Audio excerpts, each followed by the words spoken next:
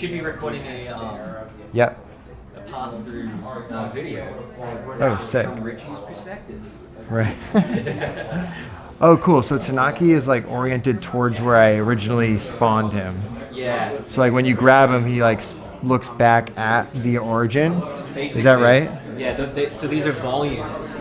You have bound volumes, and then there's another mode called an unbounded volume, which fills your entire view. It'll pull the other apps into the background. That's the equivalent of full screen. Yeah, this is so cool. Oh, wow. So I'm putting my hand through him. Yeah. And you can actually, like it's pretty good. And when in daylight, it'll be a pretty crisp, like right before and behind. Well, that's also another thing I noticed is that they don't warn you about not putting it in daylight, whereas the other headsets are like, do not bring this outside. Right. Like the Quest 2, Yeah. they're just like, do not even bring this outdoors. Really? Yeah, like in the warnings. That's so weird. I guess because their pass-through isn't very good. They get you to like set a boundary.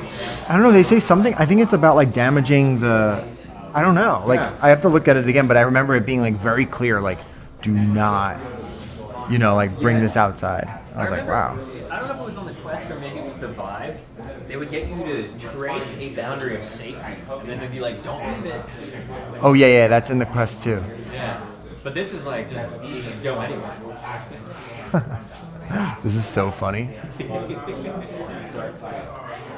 I'm like putting it in front of people's faces. So I'm working on a mode where you'll be able to talk to him and he'll be able to just hallucinate objects into the scene. Oh, that's so cool.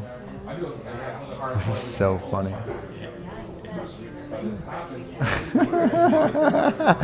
Don't you want to just like grab it and just go like... Yeah. It's so cool how you can like send things into the distance. Yeah. And they just stay there. Yeah. And then so if I leave him there and then I can go like walk over there. Yeah, you can walk over. And then he'll be, oh, that's so good and cool. So it does a really good job with that.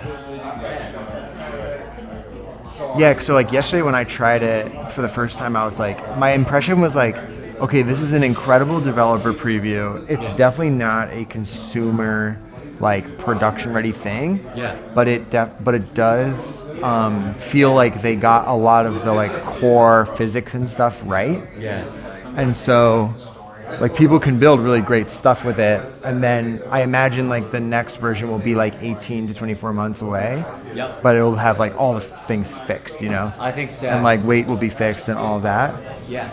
It's kind of a funny thing, like with Apple, it's like no one's going to start building for it until they feel like there's actually customers, but there won't be customers until people start building for it. Right. So I feel like they just try to psy up all the developers into being like, this is a mainstream product already. Oh yeah. I don't know, that's my impression. Yeah, well, I mean, they did some artificial like limiting of the product online, by the way. So What does that mean? If you go try to buy Vision Pro online, it'll say like available in 4 weeks, right? Okay. You can just go to the Apple Store and buy it, which is what I did with the headset. Oh. So I placed an order, and then I was like, okay, I was gonna get mine till the end of this month or early March.